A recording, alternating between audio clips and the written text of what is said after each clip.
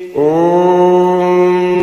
गुरुर्ब्रह्मा गुरुर्विष्णुः गुरुर्देवो महेश्वरः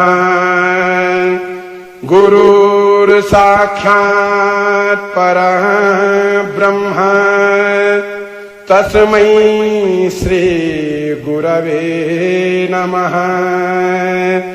ध्यानमूलं गुरोर्मूर्ति पूजामूलं